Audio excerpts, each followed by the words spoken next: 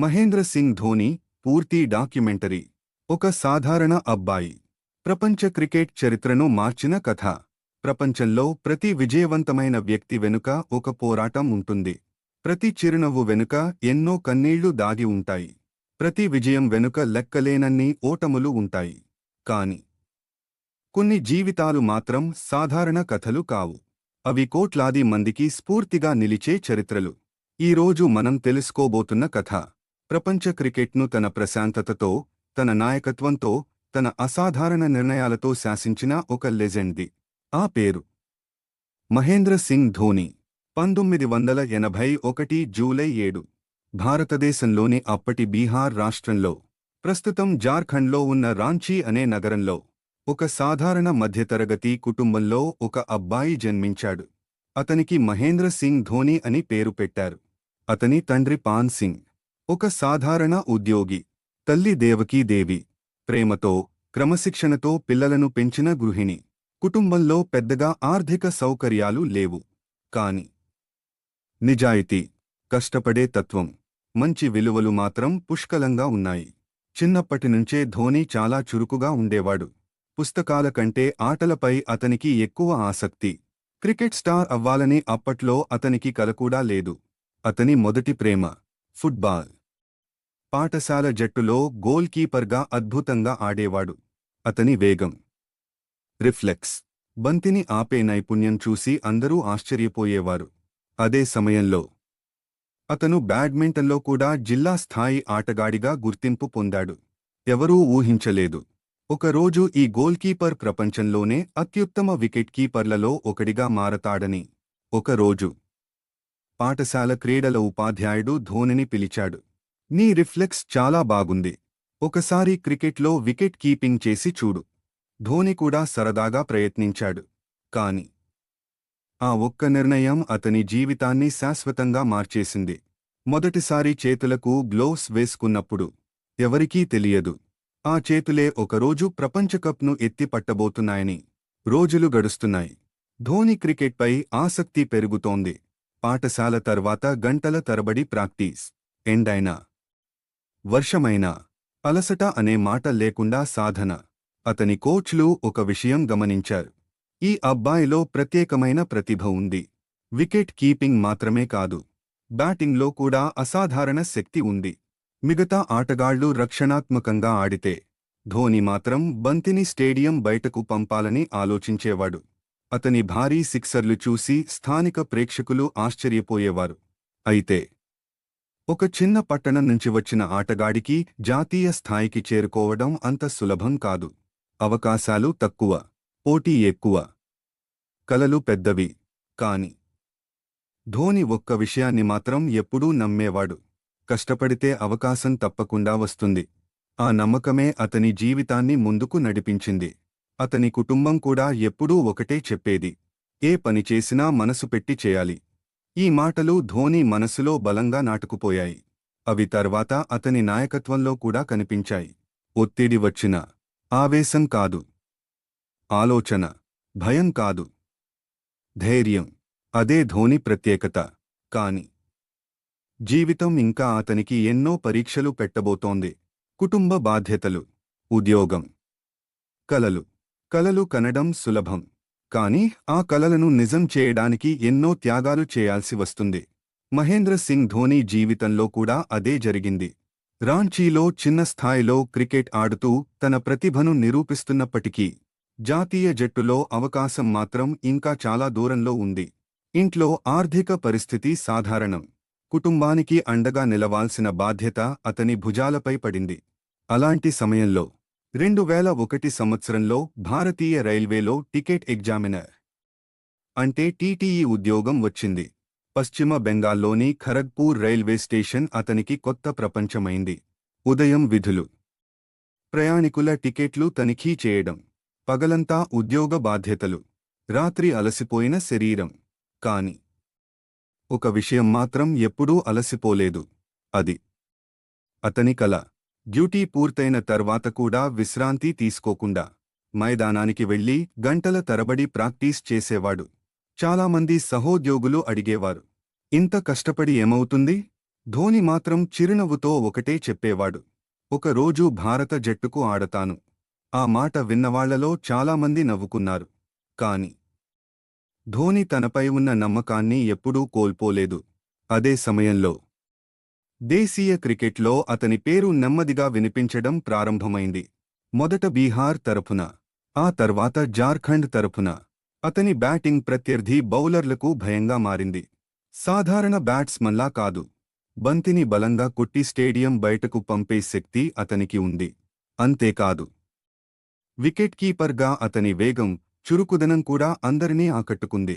కొద్ది కాలంలోనే దేశీయ క్రికెట్లో ధోని పేరు సెలెక్టర్ల దృష్టిని ఆకర్షించింది. 2003 సంవత్సరంలో భారత్ జట్టుకు ఎంపికయ్యాడు.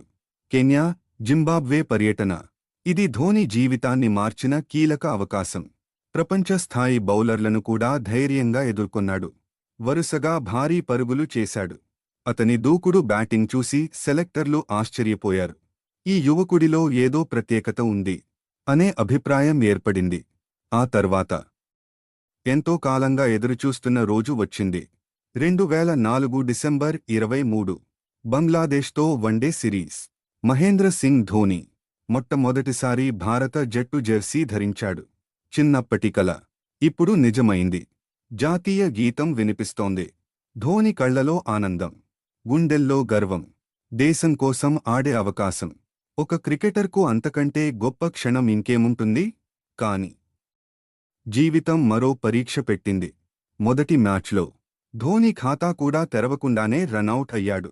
చాలామంది విమర్శించారు, ఇతను అంతర్జాతీయ స్థాయికి సరిపోడు, ఇతని ప్రయాణం ఇక్కడితో ముగిసింది అన్నారు. కాని ప్రపంచం ఇంకా ధోనిని పూర్తిగా చూడలేదు. ఆ ఒక్క వైఫల్యం అతని ముగింపు కాదు.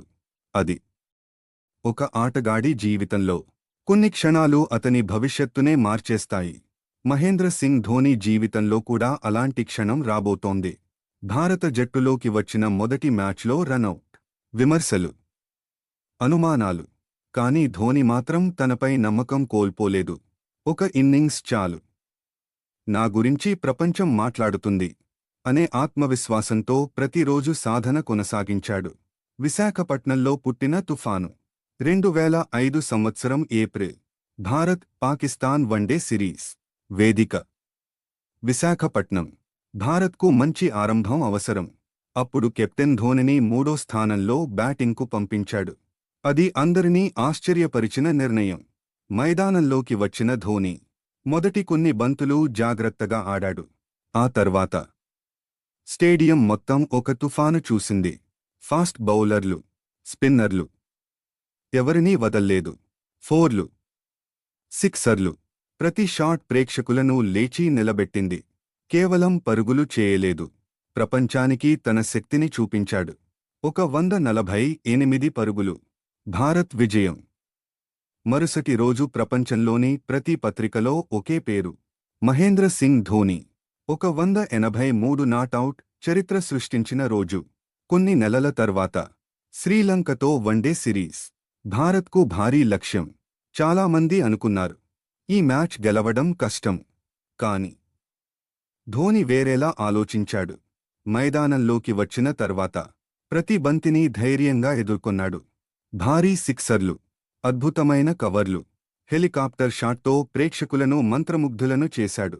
1, 2, 3. స్కోర్ పెరుగుతూనే ఉంది. చివరికి 183 పరుగులు. నాటౌట్. అది అప్పటి వరకు వికెట్ కీపర్ బ్యాట్స్మెన్ చేసిన అత్యధిక వన్డే స్కోర్. ఆ రోజు నుంచి ధోని కేవలం భారత ఆటగాడు కాదు, ప్రపంచ క్రికెట్లో అత్యంత ప్రమాదకర బ్యాట్స్మన్గా గుర్తింపు పొందాడు. హెలికాప్టర్ షాట్ పుట్టుక. ప్రేక్షకులు ఒక విషయాన్ని గమనించారు. ధోని కొట్టే కొన్ని సిక్సర్లు మిగతా ఆటగాళ్ల షాట్లలా ఉండేవి కావు. బ్యాట్ గాల్లో హెలికాప్టర్ రెక్కలా తిరుగుతుంది. బంతి నేరుగా స్టేడియం బయటకు వెళ్తుంది. అదే హెలికాప్టర్ షాట్. ఈ ఒక్క షాట్ ధోనికి ప్రత్యేక గుర్తింపుగా మారింది. చిన్న పిల్లల నుంచి అంతర్జాతీయ ఆటగాళ్ల వరకు అందరూ ఆ షాట్ను అనుకరించడం ప్రారంభించారు. ప్రపంచం గుర్తించిన ధోని ఇప్పుడు సెలెక్టర్లకు ఎలాంటి సందేహం లేదు. జట్టుకు ఒక కొత్త మ్యాచ్ విన్నర్ దొరికాడు. అభిమానులకు ఒక కొత్త హీరో దొరికాడు. భారత క్రికెట్కు ఒక కొత్త భవిష్యత్తు దొరికింది. పొడవాటి జుట్టు, ముఖంపై చిరునవ్వు, చేతిలో బ్యాట్, మైదానంలో ధైర్యం. ఇవన్నీ కలిపి ధోనిని యువతకు ఐకాన్గా మార్చాయి. కాని ఇంకా పెద్ద బాధ్యత ఎదురుచూస్తోంది. పరుగులు చేయడం ఒక విషయం, జట్టును నడిపించడం మరో విషయం. 2007 సంవత్సరంలో భారత క్రికెట్ చరిత్రలో ఒక సంచలన నిర్ణయం తీసుకోబడింది. అనుభవం తక్కువ ఉన్న మహేంద్ర సింగ్ ధోనిని భారత టీ20 జట్టుకు కెప్టెన్గా నియమించారు. చాలామంది ఆశ్చర్యపోయారు. ఇంత చిన్న వయసులో కెప్టెన్సీ, ఇతను జట్టును నడిపించగలడా అనే ప్రశ్నలు దేశమంతా వినిపించాయి. కాని 2007 సంవత్సరంలో భారత క్రికెట్కు ఇది మరచిపోలేని సంవత్సరం. కొన్ని నెలల క్రితం జరిగిన 50 ఓవర్ల ప్రపంచకప్లో భారత్ ఘోరంగా విఫలమైంది. దేశమంతా నిరాశలో ఉంది. అభిమానుల ఆశలు ఛిద్రమయ్యాయి. అలాంటి సమయంలో అంతర్జాతీయ క్రికెట్లో కొత్తగా ప్రారంభమైన ఐసీసీ టీ20 ప్రపంచకప్ కోసం యువ జట్టును ఎంపిక చేశారు. అందరినీ ఆశ్చర్యపరుస్తూ కేవలం 26 ఏళ్ల మహేంద్ర సింగ్ ధోనికి కెప్టెన్సీ అప్పగించారు. అనుభవం తక్కువ, కానీ ఆత్మవిశ్వాసం అపారం. ధోని ఒక్క మాట మాత్రమే అన్నాడు: మైదానంలో మనం భయపడకూడదు, గెలవడానికి ఆడాలి. యువ జట్టులో కొత్త నమ్మకం. ఆ జట్టులో చాలా మంది యువ ఆటగాళ్లు. అంతర్జాతీయ అనుభవం కూడా తక్కువ. కానీ ధోని ప్రతి ఆటగాడిలో నమ్మకం నింపాడు. తప్పులు చేయడానికి భయపడకండి, మీ సహజ ఆట ఆడండి. అదే అతని నాయకత్వం. ఆదేశాలు కాదు, ప్రోత్సాహం. భయం కాదు, ఆత్మవిశ్వాసం. బౌలౌట్. ప్రపంచాన్ని ఆశ్చర్యపరిచిన నిర్ణయం. గ్రూప్ దశలో భారత్ పాకిస్తాన్ మ్యాచ్ టై అయింది. ఆ సమయంలో సూపర్ ఓవర్ లేదు. దాని బదులు బౌలౌట్ నిర్వహించారు. ధోని ఒక అద్భుతమైన వ్యూహం రచించాడు. సాధారణంగా ఫాస్ట్ బౌలర్లను కాకుండా స్టంప్స్ను ఖచ్చితంగా తాకగల బౌలర్లను ఎంపిక చేశాడు. భారత్ వరుసగా 3 సార్లు స్టంప్స్ను తాకింది. పాకిస్తాన్ ఒక్కసారి కూడా తాకలేకపోయింది. ప్రపంచం ఆశ్చర్యపోయింది. ఈ యువ కెప్టెన్ ఆలోచన భిన్నంగా ఉంది అని అందరూ మాట్లాడుకున్నారు. సెమీఫైనల్ ఆస్ట్రేలియాపై విజయం. సెమీఫైనల్లో ప్రత్యర్థి ప్రపంచ ఛాంపియన్ ఆస్ట్రేలియా. చాలామంది భారత్ ఓడిపోతుందని భావించారు.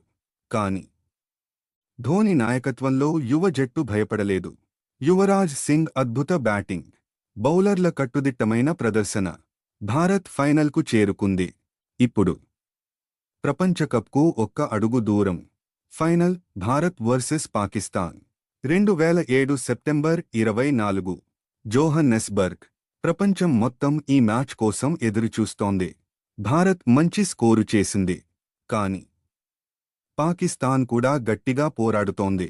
చివరి ఓవర్ గెలవడానికి 13 పరుగులు కావాలి. ధోని ముందు ఒక పెద్ద ప్రశ్న: చివరి ఓవర్ ఎవరు వేయాలి?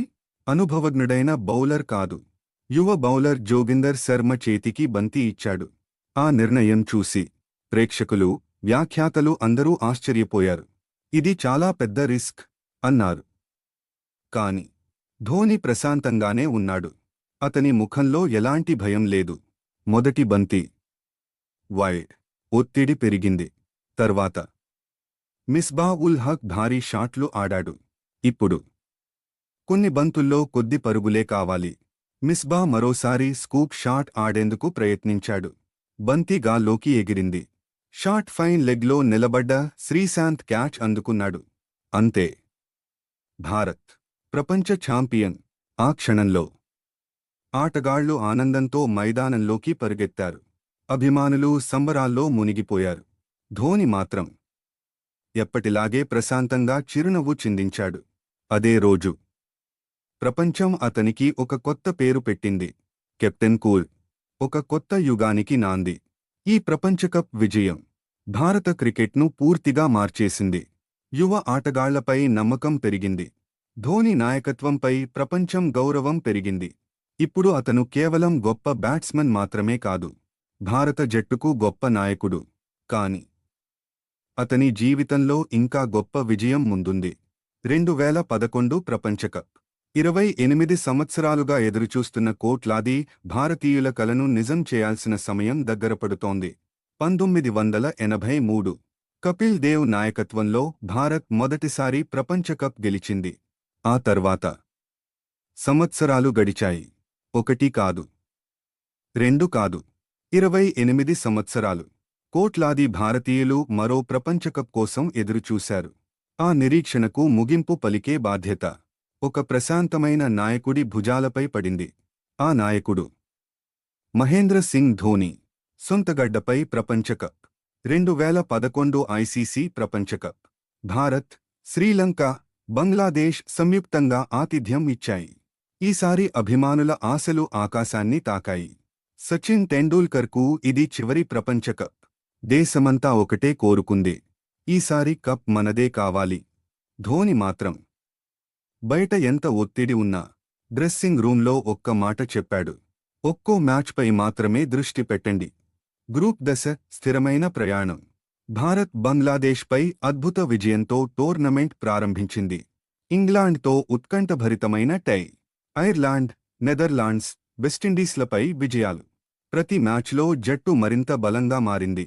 ధోని వ్యక్తిగతంగా పెద్ద స్కోర్లు చేయకపోయినా జట్టును ప్రశాంతంగా ముందుకు నడిపించాడు.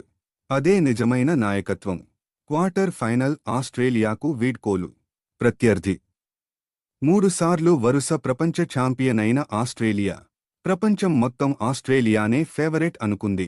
కాని భారత్ భయపడలేదు. యువరాజ్ సింగ్ అద్భుతంగా ఆడి మ్యాచ్ను ముగించాడు. ఆస్ట్రేలియా ఇంటి దారి పట్టింది. భారత్ సెమీఫైనల్కు చేరుకుంది. Semifinal Bharat versus Pakistan.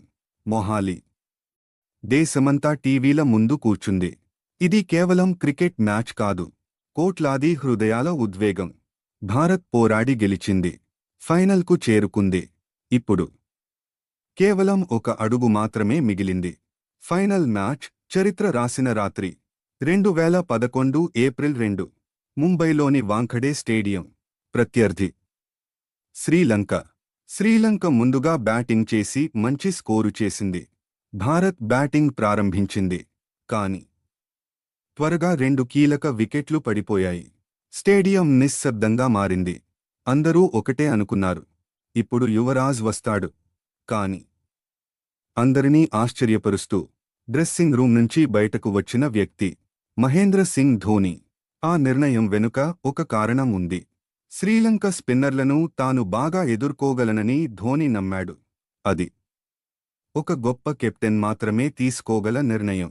91 పరుగులు. ఒక అమర ఇన్నింగ్స్. ధోని మొదట జాగ్రత్తగా ఆడాడు. గౌతమ్ గంభీర్తో కలిసి ఇన్నింగ్స్ను నిర్మించాడు. ఒత్తిడి, లక్షలాది అభిమానుల ఆశలు. ప్రపంచకప్ ఫైనల్. కాని ధోని ముఖంలో మాత్రం ఎలాంటి భయం లేదు. ప్రతి బంతిని, ప్రతి పరుగును చాలా ప్రశాంతంగా ఆడాడు. స్కోరు నెమ్మదిగా లక్ష్యానికి చేరువైంది. ఇప్పుడు భారత్ విజయం నుంచి కొన్ని పరుగుల దూరంలో ఉంది. ఆ చారిత్రాత్మక 6 చివరి క్షణం. నువాన్ కులశేఖర బౌలింగ్. ధోని బ్యాట్ ఊపాడు. బంతి ఆకాశంలోకి ఎగిరింది. స్టేడియం మొత్తం లేచి నిలబడింది. బంతి బౌండరీ దాటి 6. భారత్ ప్రపంచ ఛాంపియన్. వ్యాఖ్యాత రవి శాస్త్రి గళం మార్మోగింది. Dhoni finishes off in style. India lift the world cup after 28 years. ఆ క్షణం కోట్లాది భారతీయుల కళ్లలో ఆనంద భాష్పాలు. రోడ్లపై సంబరాలు. ఇళ్లలో పండుగ వాతావరణం. దేశం మొత్తం ఒకే నినాదం: భారత్ మాతాకీ జై. సచిన్ కోసం గెలిచిన ప్రపంచకప్. మ్యాచ్ ముగిసిన తర్వాత ఆటగాళ్లు సచిన్ టెండూల్కర్ను తమ భుజాలపై ఎత్తుకుని స్టేడియం చుట్టూ తిప్పారు. విరాట్ కోహ్లీ చెప్పిన మాట చరిత్రలో నిలిచిపోయింది. సచిన్ 21 సంవత్సరాలు భారత క్రికెట్ను మోశారు. ఇప్పుడు మేము ఆయనను మోస్తున్నాం. ధోని మాత్రం ఎప్పటిలాగే ప్రశాంతంగా చిరునవ్వుతో తన సహచరుల విజయాన్ని ఆస్వాదించాడు. అదే అతని గొప్పతనం. తనకంటే జట్టును ముందుగా ఉంచే నాయకుడు. ఒక దేశం గర్వపడిన నాయకుడు. ఆ రాత్రి మహేంద్ర సింగ్ ధోని కేవలం ప్రపంచకప్ గెలవలేదు, కోట్లాది భారతీయుల కలను నిజం చేశాడు. ఆ ఒక్క 6. 2011 ప్రపంచకప్. ఆ విజయం తర్వాత మహేంద్ర సింగ్ ధోని పేరు ప్రపంచ క్రికెట్లో మరింత ఎత్తుకు చేరుకుంది. కాని ధోని ఎప్పుడూ గత విజయాల్లో జీవించలేదు. అతని దృష్టి ఎప్పుడూ తర్వాతి లక్ష్యమేమిటి అనే ప్రశ్నపైనే ఉండేది. టెస్ట్ క్రికెట్లో భారత జట్టు చరిత్ర సృష్టించింది. ఒకప్పుడు విదేశాల్లో టెస్ట్ మ్యాచ్ గెలవడం కూడా భారత జట్టుకు పెద్ద సవాలుగా ఉండేది. కానీ ధోని నాయకత్వంలో జట్టు పూర్తిగా మారిపోయింది. సీనియర్ ఆటగాళ్లు, యువ ఆటగాళ్లు ప్రతి ఒక్కరినీ ఒక కుటుంబంలా కలిపి నడిపించాడు. 2009 సంవత్సరంలో భారత జట్టు మొదటిసారిగా ఐసీసీ టెస్ట్ ర్యాంకింగ్స్లో ప్రపంచ నంబర్ 1 స్థానానికి చేరుకుంది. ఇది కేవలం ఒక ర్యాంక్ కాదు, భారత క్రికెట్ చరిత్రలో ఒక కొత్త అధ్యాయం. ప్రపంచం మొత్తం భారత జట్టును గౌరవంగా చూడడం ప్రారంభించింది. 2013 సంవత్సరం మరో ఐసీసీ ట్రోఫీ. 2013 సంవత్సరం ఇంగ్లాండ్లో జరిగిన ఐసీసీ ఛాంపియన్స్ ట్రోఫీ. వర్షం కారణంగా ఫైనల్ను 20 ఓవర్లకు కుదించారు. ప్రత్యర్థి ఇంగ్లాండ్. భారత్ చేసిన స్కోరు పెద్దది కాదు. చాలామంది ఈ మ్యాచ్ ఇంగ్లాండ్ గెలుస్తుంది అనుకున్నారు. కాని ధోని తన ప్రశాంత నాయకత్వాన్ని మరోసారి చూపించాడు. సరైన సమయంలో బౌలర్లను మార్చాడు. ఫీల్డింగ్ను చాకచక్యంగా అమర్చాడు. ప్రతి నిర్ణయం మ్యాచ్ను భారత్ వైపు తిప్పింది. చివరికి భారత్ విజయం సాధించింది. ఆ విజయంతో టీ20 ప్రపంచకప్, 50 ఓవర్ల ప్రపంచకప్, ఛాంపియన్స్ ట్రోఫీ, 3 ప్రధాన ఐసీసీ ట్రోఫీలను గెలిచిన ప్రపంచంలో తొలి కెప్టెన్గా మహేంద్ర సింగ్ ధోని చరిత్ర సృష్టించాడు. ఐపీఎల్ చెన్నైకి తల. 2008 సంవత్సరం ఇండియన్ ప్రీమియర్ లీగ్ ప్రారంభమైంది. చెన్నై సూపర్ కింగ్స్ తమ కెప్టెన్గా ధోనిని ఎంపిక చేసింది. అది భారత క్రికెట్ చరిత్రలో అత్యంత విజయవంతమైన భాగస్వామ్యాలలో ఒకటిగా మారింది. ధోని నాయకత్వంలో చెన్నై సూపర్ కింగ్స్ ప్రతి సీజన్లో పోరాడే జట్టుగా నిలిచింది. అతని ప్రత్యేకత ఒత్తిడి సమయంలో కూడా చిరునవ్వుతో నిర్ణయాలు తీసుకోవడం, యువ ఆటగాళ్లకు అవకాశం ఇవ్వడం, విఫలమైన ఆటగాడిపై కూడా నమ్మకం కోల్పోకపోవడం. అందుకే చెన్నై అభిమానులు అతనిని ఒక కెప్టెన్గా మాత్రమే చూడలేదు, తల అంటే తమ నాయకుడిగా గుండెల్లో పెట్టుకున్నారు. స్టేడియంలో ధోని బ్యాటింగ్కు వస్తే వేలాది గొంతులు ఒకేసారి మార్మోగేవి. ధోని, ధోని, ధోని. ఆ నినాదం కేవలం ఒక ఆటగాడి పేరు కాదు, అది ప్రేమ, నమ్మకం, గౌరవం. హెలికాప్టర్ షాట్ ఒక గుర్తింపు. ధోని బ్యాట్ ఊపినప్పుడు ప్రేక్షకులు ముందుగానే లేచి నిలబడేవారు. ఎందుకంటే తర్వాత ఏమి జరగబోతోందో అందరికీ తెలుసు. Helicopter shot. యార్కర్ బంతులను కూడా సిక్సర్లుగా మార్చే ఆ ప్రత్యేకమైన షాట్ ప్రపంచవ్యాప్తంగా యువ క్రికెటర్లకు ప్రేరణగా మారింది. ధోని శైలిని అనుకరించడానికి లక్షలాది మంది ప్రయత్నించారు. కాని ధోని లాంటి టైమింగ్, ధోని లాంటి శక్తి, ధోని లాంటి ప్రశాంతత ఎవరికీ సులభంగా రాలేదు. నాయకుడి అసలైన గొప్పతనం ఒక మ్యాచ్లో విజయం సాధిస్తే ధోని ఎప్పుడూ తనను తాను పొగడలేదు. ఓడిపోయినా తప్పును ఇతరులపై నెట్టలేదు. విజయం వచ్చినప్పుడు ఇది జట్టు విజయం అని చెప్పేవాడు. ఓటమి వచ్చినప్పుడు బాధ్యత నాదే అని ముందుకు వచ్చేవాడు. అదే గొప్ప నాయకుడి లక్షణం. మరొక కఠినమైన నిర్ణయం. 2014 సంవత్సరం ఆస్ట్రేలియా పర్యటన. మెల్బోర్న్ టెస్ట్ ముగిసిన తర్వాత ధోని ఒక సంచలన నిర్ణయం తీసుకున్నాడు. టెస్ట్ క్రికెట్కు వీడ్కోలు. ఎలాంటి హడావుడి లేదు, ఎలాంటి వీడ్కోలు వేడుక లేదు. నిశ్శబ్దంగా తనకు ఎంతో ఇష్టమైన టెస్ట్ ఫార్మాట్కు గుడ్ బై చెప్పాడు. అదే ధోని వ్యక్తిత్వం. పేరుకు కాదు, పనికే విలువ ఇచ్చే మనిషి. కాని అతని జీవితంలో ఇంకా ఒక భావోద్వేగ అధ్యాయం మిగిలే ఉంది. కుటుంబం, భారత సైన్యంపై ప్రేమ, అంతర్జాతీయ క్రికెట్కు వీడ్కోలు, మరియు ఒక లెజెండ్గా అతని వారసత్వం. ప్రపంచం మహేంద్ర సింగ్ ధోనిని గొప్ప క్రికెటర్గా చూసింది. చెన్నై అభిమానులు తల.గా ప్రేమించారు. క్రికెట్ ప్రపంచం కెప్టెన్ కూల్.గా గౌరవించింది. కాని మైదానం బయట ఉన్న ధోని ఇంకా గొప్ప మనిషి. ప్రేమ, వివాహం, ఒక కొత్త జీవితం. సంవత్సరాల పాటు క్రికెట్తో బిజీగా గడిపిన ధోని జీవితంలో ఒక ప్రత్యేకమైన వ్యక్తి ప్రవేశించింది. ఆమె సాక్షి సింగ్ రావత్. ఇద్దరూ చిన్నప్పుడు ఒకే పాఠశాలలో చదివిన ఎన్నో సంవత్సరాల తర్వాత మళ్లీ కలుసుకున్నారు. ఆ పరిచయం స్నేహంగా మారింది. ఆ స్నేహం ప్రేమగా మారింది. 2010 జూలై 4న కుటుంబ సభ్యులు, అత్యంత సన్నిహితుల సమక్షంలో వారి వివాహం జరిగింది. ప్రపంచవ్యాప్తంగా అభిమానులు తమ అభిమాన క్రికెటర్కు శుభాకాంక్షలు తెలిపారు. జీవా ధోని జీవితంలోని అందమైన అధ్యాయం. 2015లో ధోని, సాక్షి దంపతులకు ఒక పాప జన్మించింది. ఆమెకు జీవా అని పేరు పెట్టారు. ఆ సమయంలో ధోని ప్రపంచకప్ ఆడుతున్నాడు.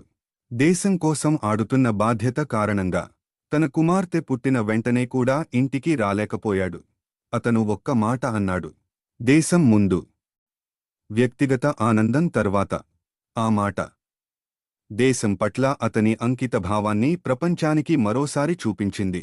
తర్వాత జీవాతో గడిపిన చిన్న చిన్న క్షణాలు అభిమానుల హృదయాలను తాకాయి. కూతురితో ఆడుకుంటున్న ధోని ప్రపంచ ఛాంపియన్ కాదు, ఒక సాధారణ తండ్రి. భారత సైన్యం ఒక జీవితకాల గౌరవం. ధోనికి చిన్నప్పటినుంచే భారత సైన్యంపై అపారమైన గౌరవం. అది కేవలం మాటల్లో కాదు, మనసులో ఉంది.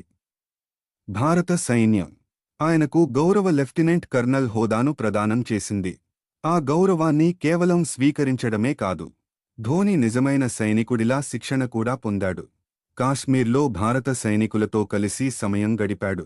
పారా జంప్ శిక్షణలో పాల్గొన్నాడు. యూనిఫామ్ ధరించినప్పుడు అతని ముఖంలో కనిపించిన గర్వం కోట్లాది భారతీయుల గుండెల్లో దేశభక్తిని నింపింది. పేరు వచ్చినా గర్వం రాలేదు. ప్రపంచం మొత్తం గుర్తించిన ధోని జీవితం మాత్రం పెద్దగా మారలేదు. ఇప్పటికీ స్నేహితులతో నవ్వుతూ మాట్లాడటం, బైక్లు నడపడం, వ్యవసాయం చేయడం, పెంపుడు జంతువులతో సమయం గడపడం అతనికి ఎంతో ఇష్టం.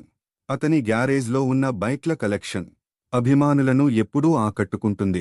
అయినా ఎక్కడా అహంకారం కనిపించదు. అదే ధోని వ్యక్తిత్వం. యువ ఆటగాళ్లకు మార్గదర్శి.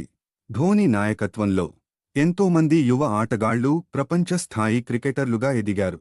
విరాట్ కోహ్లీ, రవీంద్ర జడేజా, రవిచంద్రన్ అశ్విన్, రోహిత్ శర్మ, ఇంకా ఎంతోమంది ధోని ఇచ్చిన నమ్మకాన్ని ఎన్నోసార్లు గుర్తు చేసుకున్నారు. ఒక నాయకుడు తన విజయాలతో కాదు, తన తర్వాత వచ్చే నాయకులను తయారు చేయడంతో గొప్పవాడవుతాడు. ఆ విషయంలో ధోని ఒక ఆదర్శం. మైదానం బయట కూడా ఒక హీరో. ధోని ఎప్పుడూ ప్రచారం కోసం సేవ చేయలేదు. అవసరమైనప్పుడు సహాయం చేశాడు. నిశ్శబ్దంగా తన బాధ్యతను నిర్వర్తించాడు. అందుకే ప్రజలు అతన్ని కేవలం గొప్ప క్రికెటర్గా మాత్రమే కాదు, గొప్ప మనిషిగా కూడా గౌరవిస్తారు. కాని ప్రతి ప్రయాణానికి ఒక ముగింపు ఉంటుంది.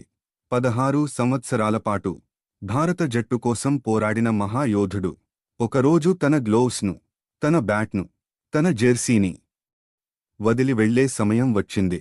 2020 ఆగస్టు 15 దేశం స్వాతంత్ర్య దినోత్సవాన్ని జరుపుకుంటుండగా భారత క్రికెట్ అభిమానుల హృదయాలను కదిలించిన ఒక వార్త వెలువడింది. మహేంద్ర సింగ్ ధోని అంతర్జాతీయ క్రికెట్కు వీడ్కోలు పలికాడు. ఆ భావోద్వేగ క్షణం ప్రపంచవ్యాప్తంగా అభిమానులను కన్నీళ్లు పెట్టించింది. ప్రతి ప్రయాణానికి ఒక ముగింపు ఉంటుంది. కాని కొన్ని జీవితాలు ముగిసినా వాటి ప్రభావం ఎప్పటికీ ముగియదు. మహేంద్ర సింగ్ ధోని జీవితం కూడా అలాంటిదే. 2020 ఒక నిశ్శబ్ద వీడ్కోలు. 2020 ఆగస్టు 15 భారతదేశం స్వాతంత్ర్య దినోత్సవాన్ని జరుపుకుంటోంది. సాయంత్రం సోషల్ మీడియాలో ఒక చిన్న వీడియో కనిపించింది. అందులో ధోని తన కెరీర్లోని మధుర క్షణాలను చూపిస్తూ ఒక చిన్న సందేశాన్ని పంచుకున్నాడు. మీ ప్రేమ, మద్దతుకు ధన్యవాదాలు. ఈ రోజు నుంచి నన్ను రిటైర్గా భావించండి. అంతే. ఎలాంటి భారీ ప్రెస్ మీట్ లేదు, ఎలాంటి వీడ్కోలు మ్యాచ్ లేదు, ఎలాంటి ఆర్భాటం లేదు. అదే ధోని శైలి. ఎలా వచ్చాడో అలాగే ప్రశాంతంగా వెళ్ళిపోయాడు. కన్నీళ్లలో మునిగిన అభిమానులు. ఆ వార్త బయటకు వచ్చిన కొన్ని నిమిషాల్లోనే ప్రపంచవ్యాప్తంగా అభిమానులు భావోద్వేగానికి గురయ్యారు.